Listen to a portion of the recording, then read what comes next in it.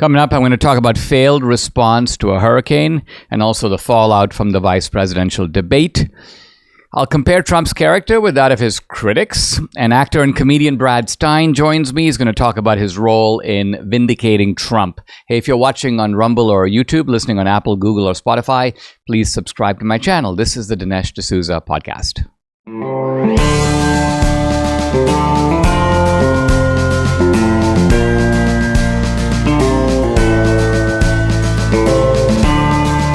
America needs this voice. The times are crazy. In a time of confusion, division, and lies, we need a brave voice of reason, understanding, and truth. This is the Dinesh D'Souza podcast. There are two topics I want to cover in my opening segment.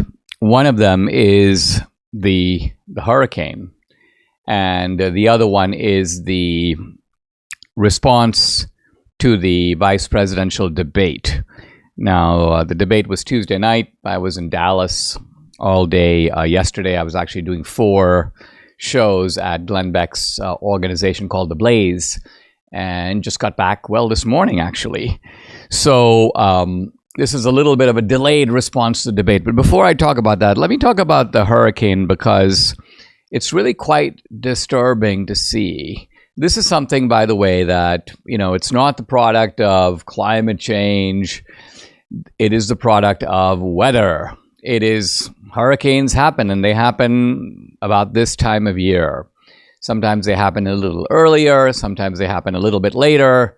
And we count them differently than we used to. So sometimes people look at it and they go, there are more hurricanes than before. No, not really. It's a different counting mechanism, and the hurricane activity remains pretty constant. There's obviously some variation over time, but that is to be expected. Now, what is disturbing is the terrible federal response to all this. The fact that the people of North Carolina are struggling, fending for themselves, looking for private assistance and aid, and private people who are trying to help in whatever way they can. I mean, remember, we have a federal emergency management operation that is set up to deal with this kind of a thing. And so they're supposed to be the experts. They're supposed to be ready on hand to deal with these situations. They have lots of money. They have plenty of time to plan for this. And yet, when it comes time to help, the help is sporadic, it's irregular, we can't get over there because that part of the country is inaccessible. Inaccessible? Well, it's disaster relief. You're supposed to go where it's inaccessible. You're supposed to create pathways to get aid to the people who need it. And then Kamala Harris, I saw, giving a sort of an outdoor, not a press conference, but making a public statement. And she seemed really pleased with herself that they're willing to pay out $750 in aid. And I'm thinking to myself, look, have you seen the photos and the videos of the level of damage? Do you really think that you are making things right by giving people $750? Is this what emergency assistance really means? And it turns out that is not what it's supposed to mean. But guess what? FEMA, the Federal Emergency Management Agency, has been giving away its money. It's been giving away its money to all kinds of illegals, and they have been boasting about it. In fact, you can see FEMA talking about, we've done this and we've done that. So what the government's been doing, in effect, is raiding the Emergency Management Agency fund and spending that money down. This is what government does on a regular basis, by the way. They say, there's money in your Social Security account. Actually, no, they're spending that money now. So they're going to try to fetch it from somewhere when you need it, when you retire. But don't think your money is sitting in any account. Don't think that the government cares that it's been designated for this or designated for that. When they need to spend it, they will grab it from anywhere and spend it. We're obviously also diverting a tremendous amount of money abroad. Some of it, of course, to the Middle East, but also tens of billions of dollars to Ukraine, at least over the past, since the duration of the war. And so what does this really mean? I mean, it really means that we have America last, right? The foreigners come first, the illegals come next, and then the citizens of North Carolina if there's anything left over, we're going to give them $750. Very bad. Now, with regard to the debate, let's talk about J.D. Vance and Tim Walz. I think this turns out to be a significant debate. Vice presidential debates aren't always significant. Normally, it doesn't really matter. But I think it matters here on two counts. One is, of course, that Trump is getting up there in age. And so because Trump is in his 70s, the second half of his 70s, closing in on 80, it is very important to be able to say, well, what after Trump? Who's Trump's presumed successor? Who's going to carry the torch of the MAGA movement? I think J.D. Vance proved that he is an excellent leader for that purpose.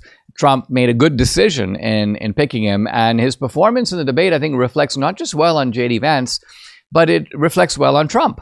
Why? Because when Trump picked Mike Pence, a lot of people said, I remember hearing this at the time, and I kind of didn't know if I agreed with it, but I certainly acknowledged it, is they'd say, well, Trump doesn't like to have anybody else who's smart. He doesn't like to have anyone else who will take the limelight. He doesn't want somebody else who's going to upstage him in any way, who's his own person. He basically wants a kind of a vegetable. And that's why he picked Mike Pence, because Mike Pence is sort of like a doll. He will just kind of nod. And of course, Mike Pence is like one of those dolls in the movie that sort of suddenly springs to life at the last moment and won't do what you expect the doll to do. He's like, I won't sign. No, I won't do it. Honey. So Trump was like, oh my gosh, I thought you were a doll. But anyway, the point is that people thought that Trump would always appoint somebody like that. But clearly, J.D. Vance is not like that at all. He's very much his own person. He brings, in fact, a very different kind of slingshot to the debate than Trump does. His whole debating style is completely different. It's more cerebral. It's more, in a way, academic. It's more Ivy League, if you want to put it that way. In fact, J.D. Vance makes the Ivy League look good at a time when the Ivy League looks really bad. And let's remember, by the way, that Tim Walz is one of these guys who's a teacher that goes around boasting that no kid he has ever taught has ever made it to the Ivy League. And apparently Tim Walz thinks that's a good thing. Wow. For someone who's a teacher of that ilk, you would expect them to be muddle-headed, confused, and have wide-eyed expressions like, whoa, I didn't see that one coming. And of course, that was the defining element of Tim Walz's expressions during the debate. I'm not saying that Tim Walz didn't come across as a sort of a decent guy. I mean, I don't know how decent he is, because the guy does habitually lie. And not only that, but he doesn't have the sort of decency to just say it. You said you've been saying for years that you were in Hong Kong, you were sort of in China during Tiananmen Square, but you weren't. And instead of him saying, well, listen, you know what? Over time, sometimes your memory plays a trick on you. You start saying you were, then you begin to believe you were. So I'm sorry, I wasn't. He comes back with all kinds of obfuscation and kind of folksy nonsense. When he was asked about this at the pizza shop, I mean, first he goes, I like his opening. He goes, all's I'm saying. I love the word all's I'm saying. That's all he's saying. And then what he does is he ducks down and he begins to minutely study the pizza.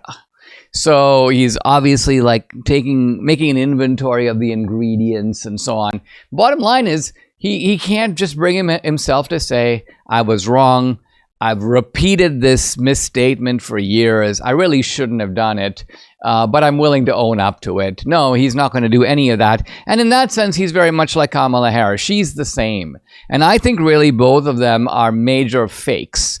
Their folksiness is a put-on, just like Kamala's various multifarious accents are all a put-on. And there's a real contrast, I think, that is becoming very clear before the Americans. It's like there for you to see between J.D. Vance and Trump, who are, whatever you say about them, they're very authentic. I mean, J.D. Vance is a guy who grew up in Appalachia, not just in sort of physical poverty, but in, I would say, cultural poverty. He's really made an all-American success story.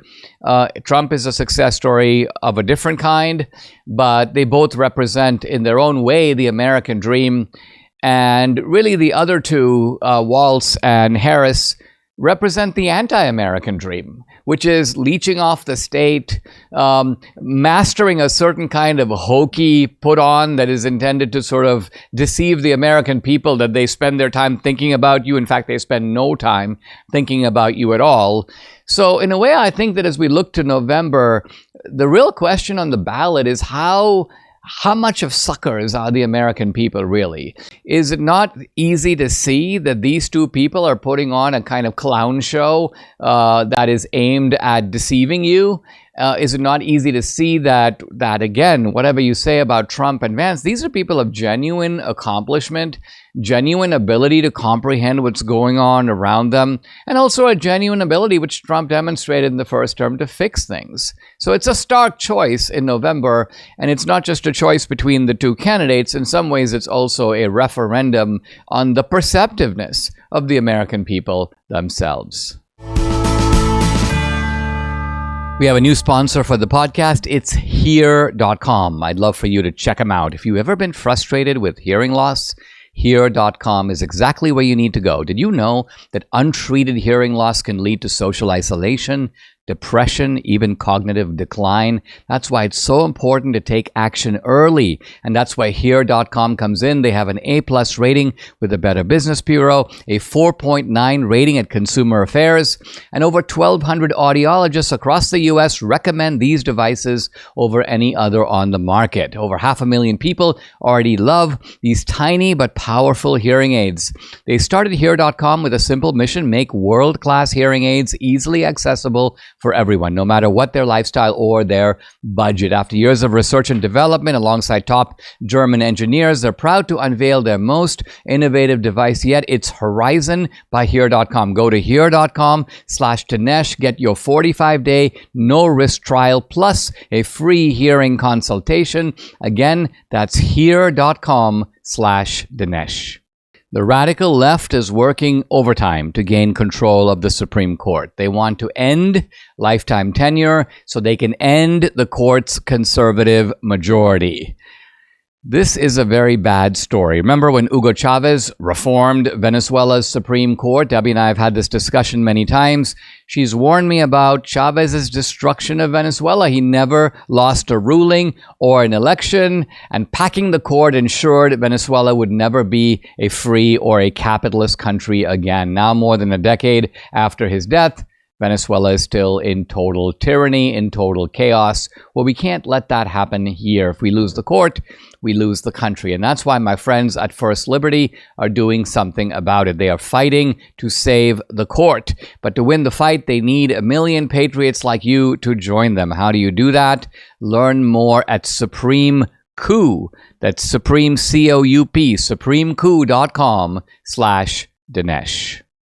I want to comment about what is happening and what just happened in Israel, because you have to say that it's quite a surprise. It started out, in fact, Debbie, who keeps track of these things and gets like all kinds of notifications on her phone, she's like, man, things are really getting bad over in Israel, and because the rockets are flying. And so, of course, I start looking at these images, and the images are really quite terrifying, because what does it look like? Well, I mean, it looks like a fireworks display over Tel Aviv. And it looks like you've just got little, when I say little, I mean a lot of fireballs and explosions, and it can't help but cross your mind. Is this like a prelude to a wider war in the Middle East? And is this like the beginning of World War III? People have been using that term and predicting in some ways a rapid escalation. When we think back to certainly to World War I, it started off with an assassination that nobody thought was going to kick off a world war, but it did. And so you never know when these things are going to suddenly spread and cause massive devastation. But interestingly, as we look back now on this rocket attack, you almost have to be shocked at the minimal level of devastation, by which I mean one casualty, one guy dead. And it turns out, and this is almost a little bit of a joke, the guy was a Palestinian. And so the net effect of the Iranian rocket attack was sort of to knock out a Palestinian. That's it. No other Israelis dead. Now, that is not the full body count. And Debbie pointed out to me this morning that there have been 6, 7, or is it 8, honey? 8 IDF soldiers who have been recently killed. There was also a terror attack, I believe, in Tel Aviv, in which some civilians were killed. The terrorists, of course, were also killed by the Israeli armed forces. So it is a perilous situation. I found it interesting to listen to an account of how the Israeli defense system intercepts these rockets. And as it turns out, we all know about the Iron Dome, but apparently the Iron Dome is part of a 3-part structure of defenses. And it is very difficult to make all 3 parts work harmoniously and simultaneously, and yet that is exactly what happened. The theme of this comment was that it borders on the miraculous. In other words, it is so unlikely to have 3 systems operating with in such a coordinated fashion that the improbability can almost be ascribed to divine guidance or divine will. Now, there is quite a bit of commentary coming out of Israel about what Israel should do to respond, because Israel responds. I mean, Israel does not take this stuff. It may be, it's kind of like saying somebody attempted to murder you, but they didn't succeed, but it's still attempted murder, and there still needs to be accountability. So Iran may have killed one guy, but it looks like they were trying to get a lot of people. And so the question is, what does Israel do in retaliation? Well, one thing they seem to be doing is they've already moved Israeli troops into Lebanon. And this, I think, can only be to the good, because Lebanon has essentially been an occupied country. Of course, the Hezbollah doesn't see it that way. The way they see it, Israel's invading Lebanon, but Hezbollah is an Iranian surrogate that has had a kind of strangled hold on Lebanon. They've been using Lebanon as their base. It can only be good for the Lebanese people, and it can only be good for security and for safety in the region, not to mention prosperity, for Lebanon to be liberated from the chokehold of Hezbollah. There's also been some people saying that Israel should kind of go all the way, take advantage of this opportunity, because, hey, listen, Israel has been directly attacked, and Israel now can, for example, say, all right, well, it's time to say bye-bye to those Iranian nuclear facilities. Israel knows where they are and can target them and can eliminate them, blow them up, get rid of them.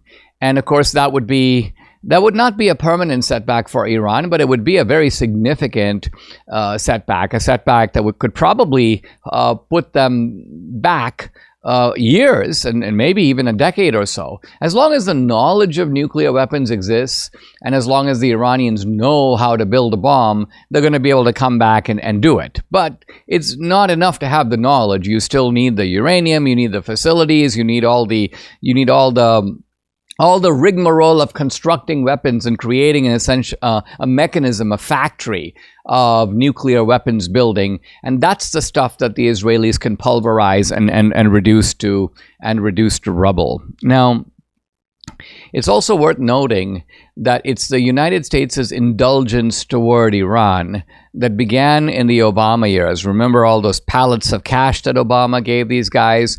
So it's a combination of Obama's direct funding and then the release of frozen Iranian assets. Remember that Biden, one of the first things he did when he came in, in early 2021 was he goes, I'm going to undo the sanctions against Iran that Trump had. And so by removing those sanctions, what do?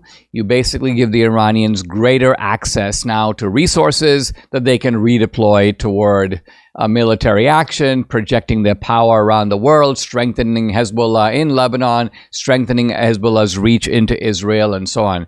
So the point I'm trying to make is that to the degree that the U.S. taxpayer is involved in all of this, and when is the U.S. taxpayer not involved, we are in a strange way subsidizing this nonsense. Now, of course, there are people who want the U.S. not to be involved in any way, and they're like, oh, yeah, we're funding both sides of the war, Dinesh. We're funding Israel, and then we're funding Hezbollah.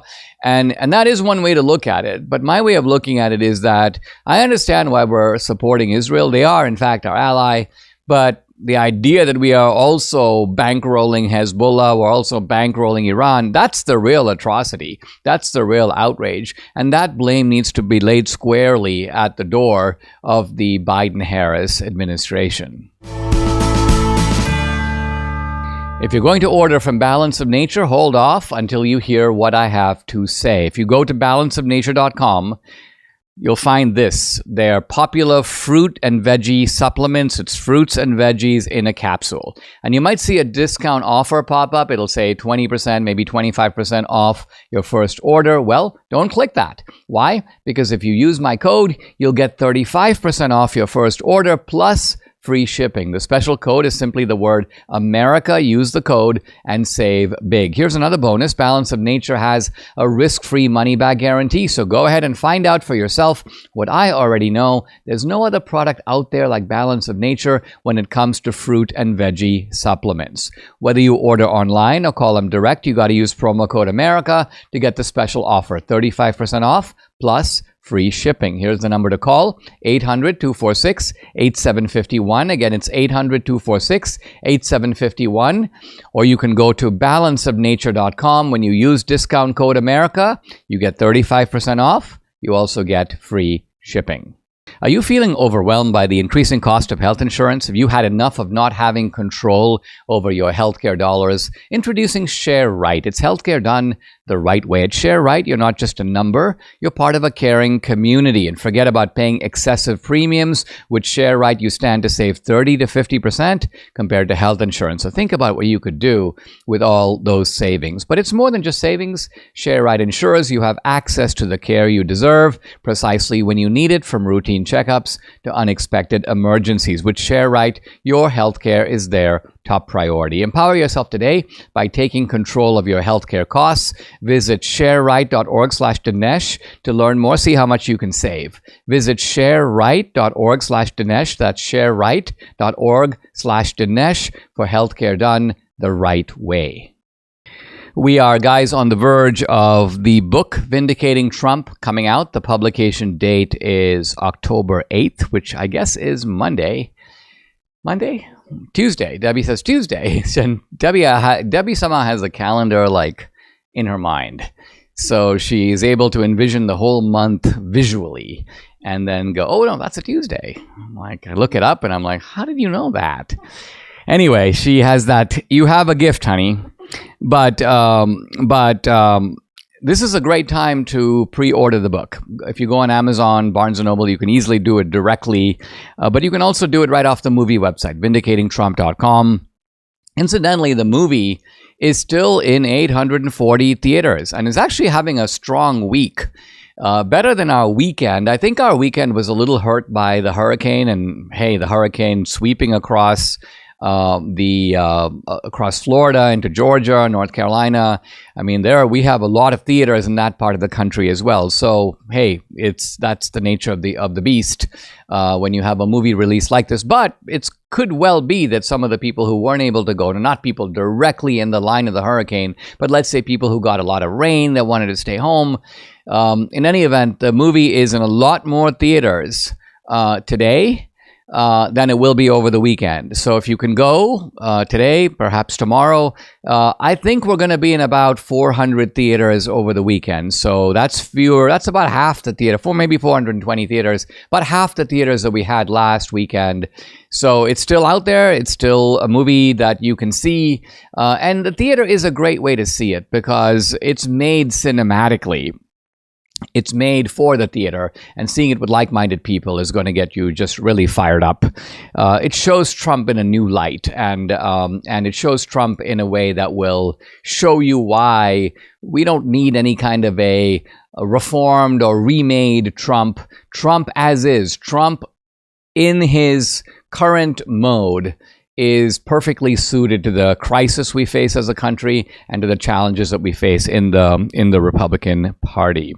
I thought I'd speak briefly about Trump's character, and I wanted to address head-on some of the critiques of Trump's character, his vices, supposedly, and talk about them directly, not ducking them at all. But I also want to highlight the other side of Trump that is often not mentioned, and that is Trump's virtues.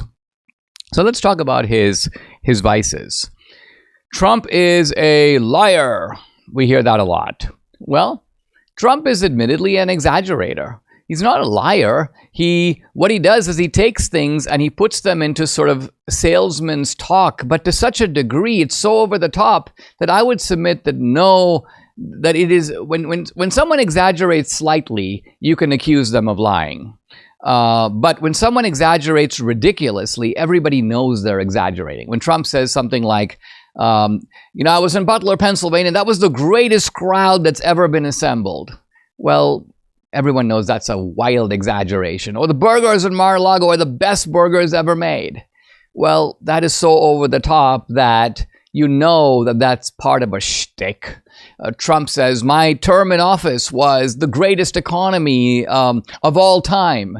And that is the Trumpian mode of speech. Once you're accustomed to it, you recognize what Trump is getting at. And it's not that, and Trump has a point. I mean, he's making a pitch and he's got a lot of evidence to support the fact that he had a great economy. So that's point number one. Trump is an egomaniac. I have two thoughts to say about this. One of them is that Trump's ego is in some ways a political virtue. It protects him when he's under ferocious attack. But interestingly, Trump is not egotistical in private. In public, Trump loves recognition. He loves praise. He operates very much in the sort of recognition mode. But interestingly, in private, he's self-deprecating. He's whimsical. He pays attention to you, and it's not all about him. So to the degree that someone who's egotistical is some sort of a narcissist, you might expect Trump to be that way. Trump is not that way. He wants to know how you're doing. He asks about your family. If he's approaching someone who works at one of his hotels, he asks about, didn't your wife just have an operation? How did that go? He remembers. He cares. So that is the opposite of narcissism. That's the opposite of someone who it's all about him. Trump is a playboy. Well, he's not now. No one claims he's a playboy currently. So the worst you can say about Trump is he used to be a playboy. He's a reformed playboy. Well, okay. I don't think it's the worst thing in the world, but that is obviously not a vice that can be pegged on Trump in a contemporary way. Let's look at the other side of the equation for a moment. Trump is obviously a devoted family man. He's very good with his children. He's very good with his grandchildren. He's done a good job in raising his kids. He doesn't have the kind of degenerates that, say, Biden has produced with Hunter Biden. Or look at I don't know if you've seen pictures of the Obama kids these days. They look like complete delinquents. Look at the dysfunctional families that political leaders often produce, and Trump is a kind of glaring exception to that rule. Also, his family is very devoted to him. Even his ex-wives are devoted to him and endorse him and show up on the campaign trail. And all of this is not easy to achieve, but Trump has achieved it. I mentioned his kind of openness to people.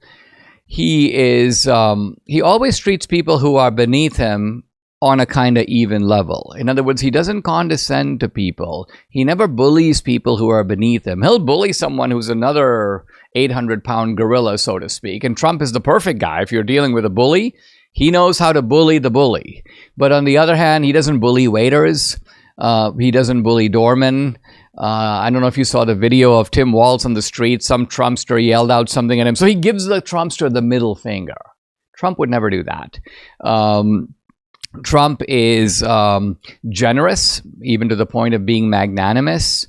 He will hear about someone facing hard times, and without claiming credit or any publicity attending it, he'll write the guy a $10,000 check. Somebody's roof is blown off in a natural disaster. Trump will help. And you never hear about other people helping. Have you ever heard of Biden, for example, writing, just responding to people in this way? If it existed, there would be innumerable stories about it. The fact that there are no stories about it, even by a press that is out there to build up Biden, shows he doesn't do it. There's nothing to write about because it doesn't really happen. And finally, I want to talk a little bit about the virtue of courage, which I've mentioned on the podcast before. But I want to discuss it in the Aristotelian mode. And I mentioned this actually at The Blaze on one of the shows I was on, and they were like, Dinesh, you're the only guy who would bring up Aristotle in this context of discussing Trump and the assassination attempts. I don't want to go over the assassination attempts per se, but what I want to say is that a lot of people think of courage as fearlessness. He's fearless. That Trump, he's really fearless. He knows no fear. And the point that Aristotle makes in his discussion of courage is that Aristotle says that courage is not overcoming fear. And in fact, the courageous man is not fearless. Why? Because think about a person who really doesn't have fear. Who is that person? Well, that person is bound to be the reckless person, because there are in life very dangerous things. Hey, there's a fire. Don't stick your hand in it. But I have no fear. I'm going to do it. Well, that makes you kind of reckless. There's an ad that Debbie and I will watch sometimes when we're on the treadmill. And it's an ad of this. It's supposed to be a very cool ad. There's this young couple there. It's an ad for some sort of a Jeep or some sort of automobile. They pull up at the top of a mountain. And then they look at each other like, let's do it. And they both get out of the car and they run to the edge of the precipice, and then they jump off into a deep pool down below. Now, first of all, I'm thinking to myself, that's crazy.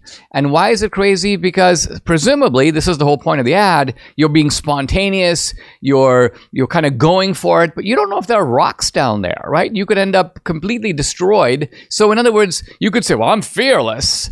Well, you're stupid because you are jumping without knowledge and without caring what's down below. Aristotle says that's not really bravery at all. Not at all. The courage is not recklessness. Courage is, Aristotle says, in between recklessness on the one hand, that's one extreme, and timidity or cowardice on the other extreme. The timid guy will never go near a precipice. Hey, I'm not going to go near there. I could fall off. The courageous man is somewhat in between. The courageous man is, you know what? That is very dangerous. So I have to now weigh whether it is worth it for me to take that risk. Now, if it's a matter just of I'm on vacation, I'm going to be crazy, no, don't do it. That's dumb. On the other hand, if it is a matter of, hey, I'm running for president, but that's going to expose me to greater danger because it seems like there are a lot of kooks out there and there are people who will stop at nothing to get me, but it's important to save this country and therefore I'm willing to assume that risk.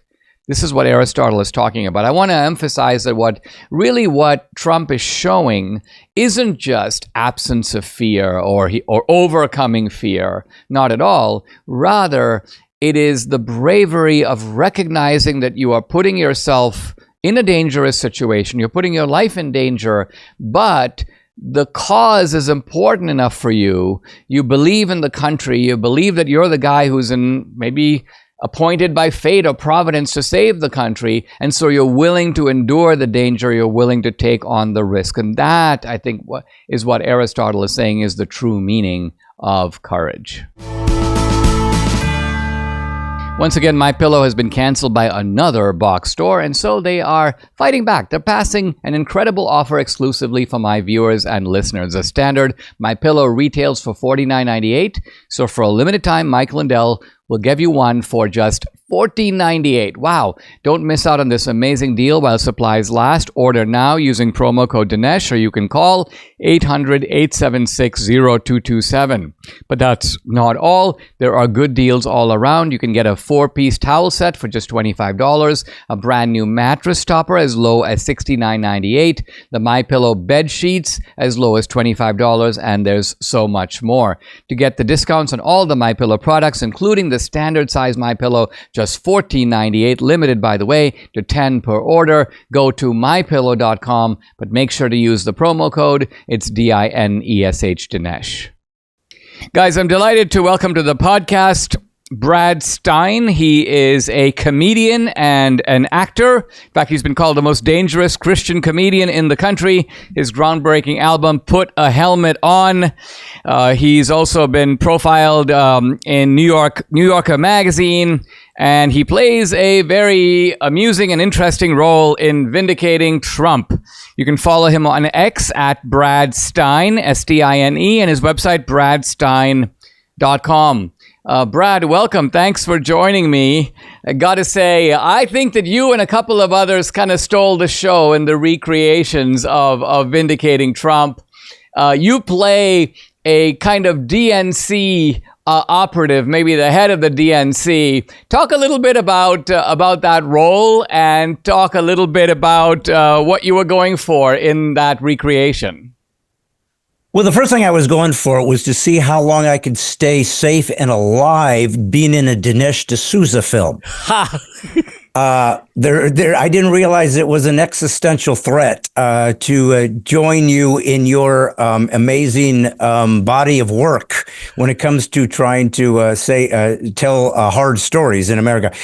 It was fun. It's always fun to play the heavy guy. It's always fun to play kind of the nefarious guy, the mean guy. You know, I love what you guys do. I mean, you make it a docudrama, so you deal with reality. You actually interviewed extensively Trump himself, and as well as Laura Trump and numerous others, as well as how balloting works and how easy it is to fake that. So, you know, you get in some really important issues when it comes to liberty and freedom in America, or if we even still have it. And yet you make these fun behind the scenes dramatizations of what probably took place, or maybe taking some liberties, but probably not too off base as to how it went about with lawfare. We now know it's true. I certainly don't have to tell you, a man who actually lived it.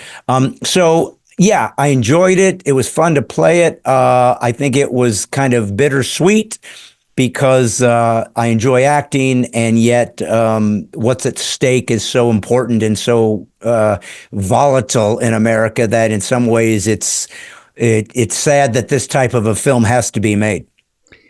Yeah, I mean, I think the reason that these recreations work so well is that people wonder what happens behind closed doors at these agencies. What happens at the DNC? What happens in the media? You know, if Trump is convicted in a New York courtroom, do the people at CNN just watch with calm, equanimity and journalistic objectivity? Or are they really excited and they start congratulating and high-fiving each other and jumping up and down? So it's fun to be able to imaginatively show people. And that's the beauty of a film. I think if you tell someone something, let's say I were to tell people, hey, listen, there's a way that you can make ballots. They'd be like, that's weird. But if you show people, you know what? This is how we got the ballot stock. Here, it's outside my front door. Then people go, wow, I didn't realize that this could actually be done. And you're showing me that you're proving in a way, in a visual way, that this is something that is a real vulnerability in our system. Brad, you're a comedian. Talk a little bit about, how did you get into comedy? Were you just funny as a kid, and then you decided, hey, you know what? Everyone laughs when I talk, so I'm going to make a profession out of it. What was your journey that took you into the world of comedy? Well, it was an accident. I mean, I think I was always maybe kind of funny, but I didn't shoot for that. I wasn't trying to be a funny guy. I don't know that that was ever something of interest. Believe it or not, I started out as a sleight of hand artist professionally in Southern California in the 80s. I performed all around Southern California as a magician, sleight of hand artist, David Blaine kind of stuff. But I did it funny. It just was natural, came out in a funny way. And I thought to myself, man, I need to have a bigger show to make more money because I'm just doing these little restaurants and things and there's no money here. So it was all capitalism, entrepreneurship. How can I take this clearly only skill I might have, which is performance art, and see if I can turn this into a little bit better monetization. So maybe one day I can have a family like real people and grown-ups. And so I realized, well, comedy clubs is wide open for a revenue stream. So I said, what if I had a comedy magic show? And so I started working there. And suddenly I saw these comics and I go, this is much more interesting to me because at least with magic, it's like music. It's an instrument. You can train somebody to do that. Doesn't mean everybody's going to be great, but it's a technique that you can teach somebody, not comedy. To stand up in front of people with a mind, a mouth, and a mic, and have all these disparate people from all around the community, ages, colors, creeds, histories, life experience, and make them orchestrate into laughing at something you have to say about the human experience. That's a challenge. I found it interesting. It didn't frighten me. I was engaged by it. So obviously a gift from God to not have stage fright. And I said, I wanted to see if I can just do this with just my ideas. And it was over time, Dinesh, when as a Christ follower, which I always was, even in the nightclub, so that made sure I didn't use curse words, I didn't do sexual jokes, but I was edgy and I had to compete with guys that use the F word and I didn't. So how do I do that? So I was energetic and I was extemporaneous and I was, really just creating an art form out of the beauty of comedy. But I saw my country shifting. I saw the artists leaning left and deciding that, America's bad. And I said, listen, I was born in Indiana. My grandparents were farmers. I'm blue collar. I believe this is a great nation. Not perfect. Don't worship it. Worship God. But the greatest nation there ever was and very grateful for it. What happens if I decide to be a Christian and a conservative and add that to my comedy and see if anybody's interested in me? Did it cost me my mainstream career? You bet. Did it put me in the groove I belonged as a human being, as an American, as a Christian, to tell hard truths in a humorous way? That's where I am. And so it became sort of a ministry / passion to speak about truth and use free speech, so crucial and at such jeopardy right now. Just heard John Kerry talk about the concern about social media is the big hurdle is the First Amendment. When guys are saying that out loud, we got a serious issue, and it has to be fought with everything we have. I mean, comedy, Brad, it seems to me, is such a great weapon to strike back at the kind of pomposities and rigidities and ideological absurdities that are all around us. Why do you think it is that the mainstream of the comedy industry is sort of left-wing? In other words, it would seem to me that there's kind of almost a business opportunity for right-wing comedy, because if the regime is left-wing, then those are the orthodoxies. That's the stuff you have to make fun of. And it seems to me that, wouldn't Jimmy Fallon be funnier if he was taking on the Biden-Harris people? And wouldn't Saturday Night Live be funnier if they were really taking on the establishment? When you're covering for the establishment, it seems like you're really just not using comedy in the making it the weapon that it could be. Well, the big flaw in your argument there, my friend, is that you are still thinking that logic and reason are sacrosanct, and you forgot and haven't realized that it's racist to be logical and reasonable, because that's what they've done now. So everything you said is exactly true. I cannot tell you how many interviews I've had over my lifetime. The New Yorker, you mentioned that was an 8-page profile. They couldn't believe you could be a Christian and a conservative and be funny. Literally, that they couldn't believe it. So I had to prove my point. But I've had many, many, many interviews, print and television interviews, and it was usually this: how come conservatives aren't funny? Why? What's wrong with you people? And I would tell them, I said, oh, we're very funny. But the problem is the left can't laugh at themselves. You don't have the maturity level to do that. You are systemically narcissistic. You worship your point of view as a religious text, as opposed to being objective enough to try to find actual truth. And comedy does that and can do it well. But here's the other thing they say to weaponize their perspective. Well, the reason that conservative comedy doesn't work is because comedy is great because when it punches up.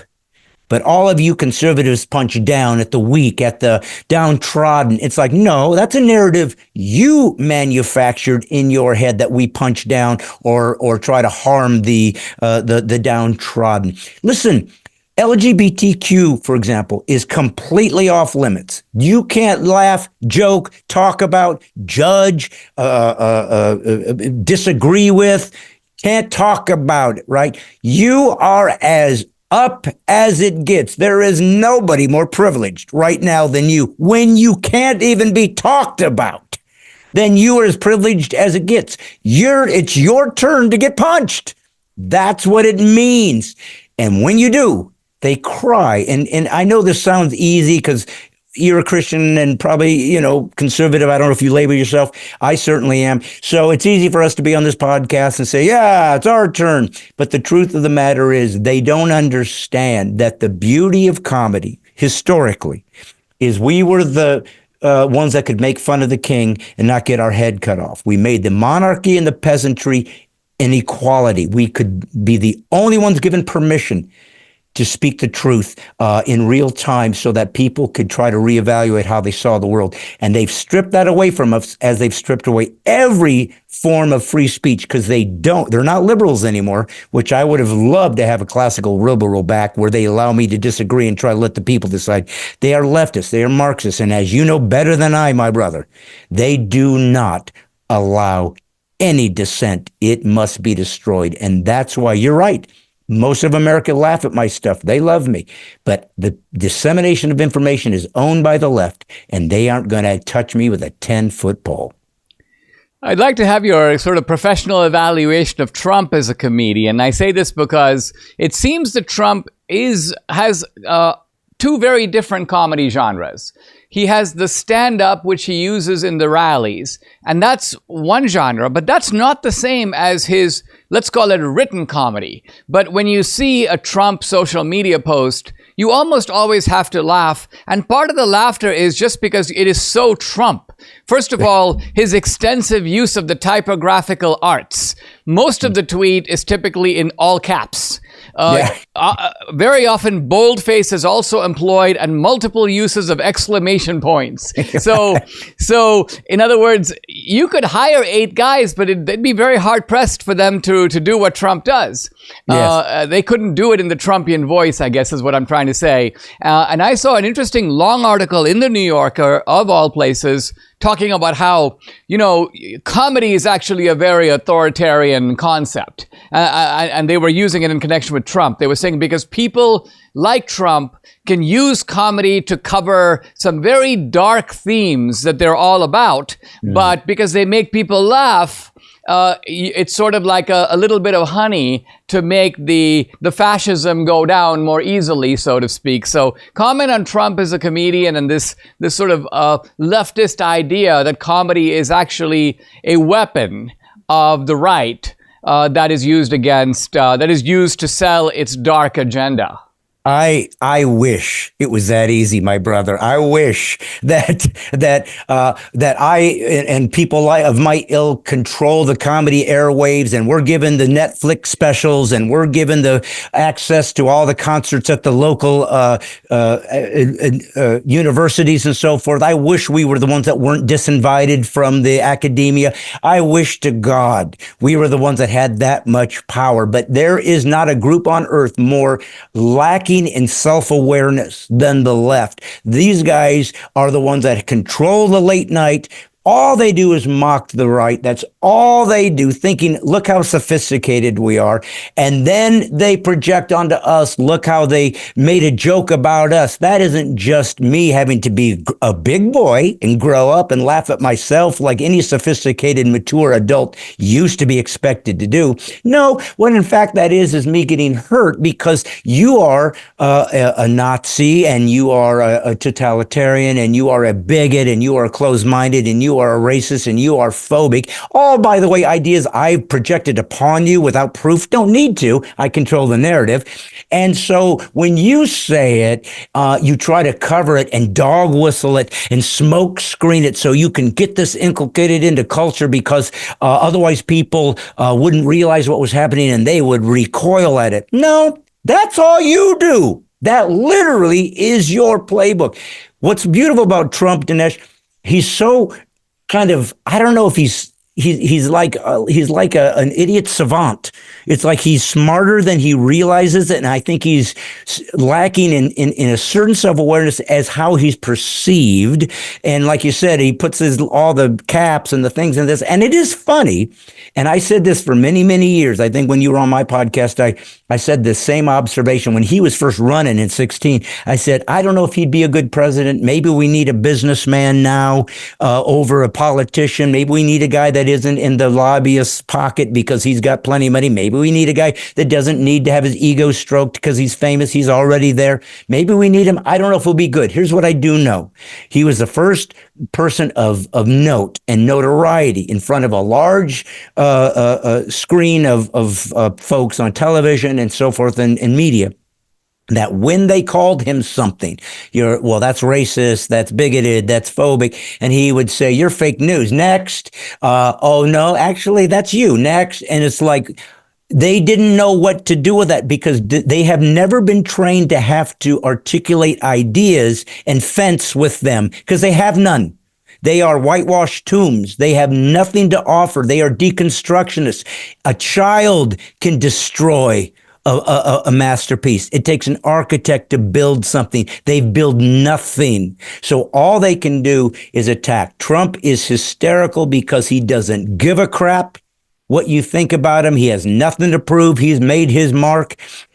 And I believe, and I don't know the guy, maybe he's the greatest con artist in human history, but I believe the guy actually is doing whatever he can to say America is teetering on the brink of losing the freedom to speak, which is the single most important freedom, especially religious freedom, because that's your conscience. So the freedom to have your religious conscience is more important. That includes atheists.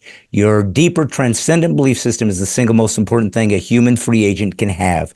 And he has fought that fight. I will not play into your narrative. I am not going to be intimidated by your self-censorship you demand, and I'm going to destroy anything in my wake. This is what a man looks like. This is what a warrior looks like. And most importantly, this is what a patriot and free speech looks like. So buckle up. Is he going to win in 30 days? I don't know. Is there going to be free elections? I don't know, buddy. You know, this is what you've been doing films about.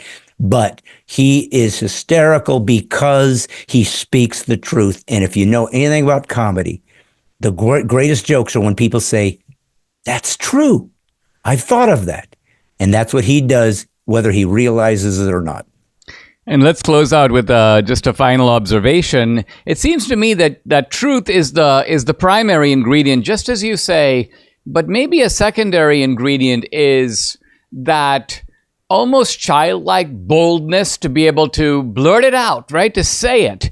And it's not something that Republicans do. I mean, Republicans have a psychology, it seems, that is defeatist, insecure, intimidated. And so I think of people like McCain, and I think, for example, Romney, when he was up against the wall, he goes on the defensive. He appears immediate to be explaining, justifying, apologizing. Trump doesn't do that. He very rarely apologizes. I think I've seen him apologize maybe once or twice in about a decade, but not more than that. I think he feels about one apology a decade is sufficient. So do you agree that comedy is that kind of combination of truthfulness, which of course kids also have, along with a certain kind of adolescent boldness? Just say it.